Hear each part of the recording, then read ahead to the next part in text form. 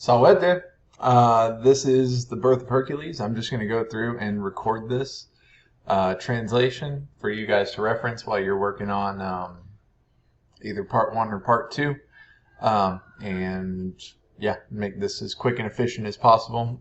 This is the file that you guys are linked to on Google Classroom. And like I said, this is just simply a translation for you to use and reference when you're completing your assignments about this particular story. I do want to say the vocab presentations I've gotten from part one have been great. So keep them coming. I'm going to translate part one on this page and part two on the next page, all in one go, and we're starting now. Jupiter loved Alcmena, but Alcmena was the faithful wife of Amphitryon. The god, therefore, assumed the appearance of Amphitryon and entered his house. Happy Alcmena greeted her husband, and that night, Alcmena was made pregnant by Jupiter. Or you could say she became pregnant by Jupiter, or from Jupiter. Soon Amphitryon himself also arrived home, and he was angry because his wife didn't greet him quickly. Alcmena responded, But you arrived yesterday, or Hesterna Nocte, last night, yesterday night, the night of yesterday. So, but you arrived last night. Tumte salutave, then I greeted you. Amphitryon, having been made stupid, or having been amazed, or angry. Here, let me go back up here and see what we get for stupefactus. Stunned or amazed. There you go. And so, amazed and angry asked, How was I able to arrive yesterday, since yesterday I was waging a great battle or a large war? Alcmena swore faith to him, and finally Amphitryon gave mercy to his wife. It's kind of left out here that he's like, wait, who did you sleep with? And she basically begs forgiveness. Then Alcmena became pregnant by Amphitryon. Also, I'm not sure this author understands how pregnancy works, but yeah, moving on. Juno was envying the mortal woman whom Jupiter had loved. Mortali feminae here. It's not accusative, even though it's still the indirect object, the direct object of invidebot, which means to envy. Invidebot is one of those weird verbs whose direct object will be dative and not accusative. You can also tell, let's go and look, line 11, so it should be up here. Yeah, here we go. Invideo, invidere, invidi, invisum. It says plus dat next to it, plus dative. That means that its direct object will be dative. You'll typically see that with verbs like video means to see, and then you put a preposition in front of it, in. Typically, those are called compound verbs, and typically those types of verbs will be followed by a dative to show who's receiving the action, but not always. It's just a weird thing, and that's what this plus dat means here. Okay. So Juno was jealous of this mortal woman, whom Jupiter had loved. The goddess wanted to destroy, delere, to destroy, the son of her rival. Imulii, genitive of Imula, meaning rival. While Alcmena tried to give birth to the baby Hercules, Jupiter swore, Today a son will be born by my seed. This, hic meaning this, one second. So hic here on its own just means this, but when it's on its own, it'll typically refer to, it'll mean like this guy, or in this case, this boy. So today a son or a boy will be born by my seed. This boy will reign all humans, all men. Juno, however, deceived Jupiter with this method, hoc modo. So they're both ablative, so with this method. Another woman, the wife of a guy named Sthenelus, also also was pregnant from Jupiter, so he got another lady pregnant. But time had not yet arrived for that baby to be born, essentially. However, Juno said to Lucina, the goddess of birth, Lucina is the Roman name. Her Greek name is Aletheia, if you're familiar with that. And this is a command right here. Hear my orders. Today it is necessary for the wife of Sthenelus to birth Eurystheus.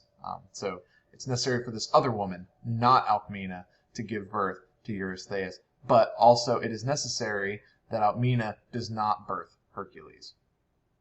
Lucina, therefore, slowed down, delayed the labor of Alcmena, but at the same time accelerated the birth of Eurystheus. Thus the words of Jupiter did not pertain to Hercules.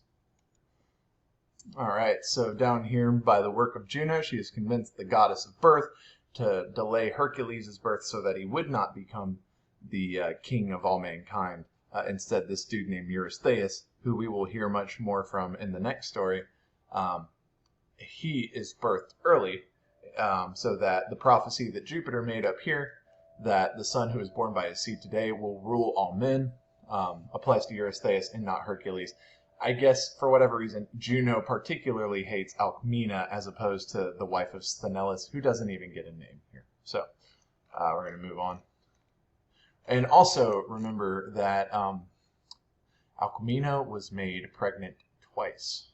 And that is how twins happen, apparently, because that is what is going to happen in this part. But miserable Alcmena was laboring for 7 freaking days. It's awful. Finally, on the 8th day, octavo die, that's an ablative meaning like on that day, she birthed twin boys, Hercules and Iphicles.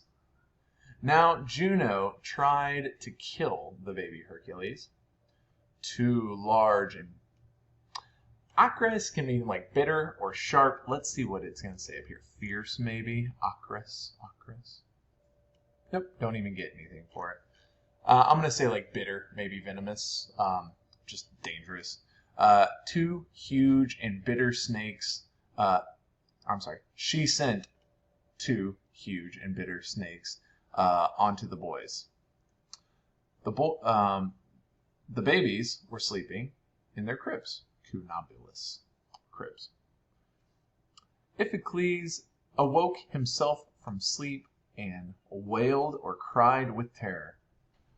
The terror excited or woke up Hercules. The crying of the brother woke up Hercules. And speaking of, I have a tiny baby behind me. I'm pausing this. Oh, Good Times had a naked toddler enter the room, so sorry about that. All right, so Wagitus fratris. This tripped me up here for a second. This fratris here is the genitive of frater, so it means of the brother. I just had someone enter my Discord. Sorry, I keep getting interrupted. Either way, all right, fratris is genitive of the brother. I thought it applied to Hercules, but that doesn't make any sense. Hercules of the brother. So it applies to Wagitus. So it's like the cries of the brother awoke Hercules, who, keep in mind in this case, is a tiny baby. Said Hercules non temebat, but Hercules was not afraid. Both serpents he grabbed, manibus, ablative of means, with his hands, et strangulavit, and he strangled the serpent. Meanwhile, Amphitryon, his dad, heard the cries, grabbed his sword, and ran into the bedroom. There, he saw a miraculous spectacle, right? Mirum, similar to mirabilem, if you remember that word. It's basically the same thing. Saw a miraculous, strange, wonderful spectacle. Hercules was sitting, and in front of him he was holding 2 dead serpents. The baby also was laughing, and he was presenting, I believe, I'm going to go check this word probably about off the top of my head. I think this is presenting the snakes to the father. It's dative of pater right there. So let's look at probably about pribeo, privere.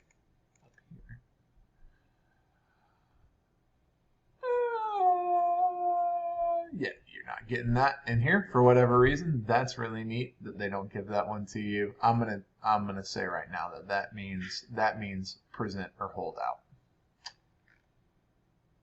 Actually, I'm gonna pause this real quick and go make double sure. All right, so here we go. Pribeo, pribere means to produce. Oh, we also have present right here. So you present, show, put forward. That prae means to be in front of. Forward, that suffix means forward. So present or show or put forward. All right, back to it. Then Amphitryon understood the truth. Hercules was the true son of Jupiter. The prophet Tiresias also predicted, soon Hercules efficiet. This is future tense too. So soon Hercules will effect, will make, will become. It's kind of a catch-all type word. But soon Hercules will make great glory with great deeds for himself. But also, he will make great pain or great grief. This can also kind of mean experience. But either way, that is the end of the birth of Hercules, and this is going to set us up for the labors of Hercules. We'll talk about what happens between this time when he's really young and when he becomes old, and he has to go through the 12 labors in order to make up for a horrible deed that he was tricked into doing by Juno, who hates him. But either way, that's all I got for today. I appreciate it. I hope this was helpful, and best of luck. Molto amore et valete.